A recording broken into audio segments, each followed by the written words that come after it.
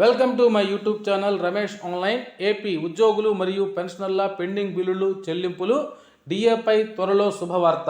AP NGO అధ్యక్షులు DA, IR, PRC etcetera. ఆ వివరాలు ఏంటో ఒకసారి ఈ వీడియోలో చూసేద్దాం. చూసే ముందుగా ఫ్రెండ్స్ ఎవరైనా ఫస్ట్ టైం మన ఛానల్ని విజిట్ చేసినట్లయితే తప్పకుండా సబ్స్క్రైబ్ చేసుకోండి. అదేవిధంగా వీడియో మీకు నచ్చినట్లయితే ఒక లైక్ చేయండి. ఇక విషయానికి వచ్చినట్లయితే ఆంధ్రప్రదేశ్ ప్రభుత్వ ఉద్యోగులకు త్వరలోనే శుభవార్త రాబోతోందని ఏపీ ఎన్జిఓ నేతలు చెబుతున్నారు. 2 రోజుల క్రితం ముఖ్యమంత్రి చంద్రబాబును కలిసిన తమ సంఘం ప్రతినిధులు ఉద్యోగుల సమస్యలను ఆయన దృష్టికి తీసుకెళ్లినట్లు తెలిపారు.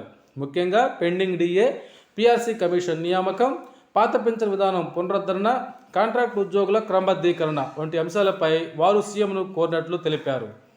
విజయవాడ గాంధీనగర్లో జరిగిన కార్యక్రమంలో ఏపీ ఎన్జిఓ రాష్ట్ర అధ్యక్షుడు శివారెడ్డి, ఆ సంఘ ప్రధాన కార్యదర్శి విద్యాసాగర్ మాట్లాడుతూ ఉద్యోగులకు ఎదురవుతున్న సమస్యల పరిష్కారం కోసం సీఎం సానుకూలంగా స్పందించారు.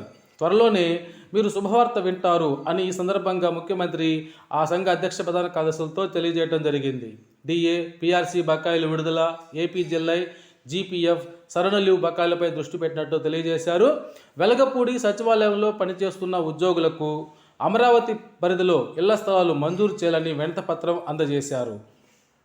అదేవిధంగా సిపిఎస్ విధానం రద్దు చేసి పాత పింఛన్ విధానాన్ని కొనసాగించాలని డిమాండ్ చేశారు. ప్రభుత్వ ఉద్యోగుల రిటైర్మెంట్ వయసు 60 సంవత్సరాల నుంచి 62 సంవత్సరాలకు పెంచాలని, కాంట్రాక్ట్ ఉద్యోగులను క్రమబద్ధీకరించాలని వారు ఈ సందర్భంగా తెలియజేశారు.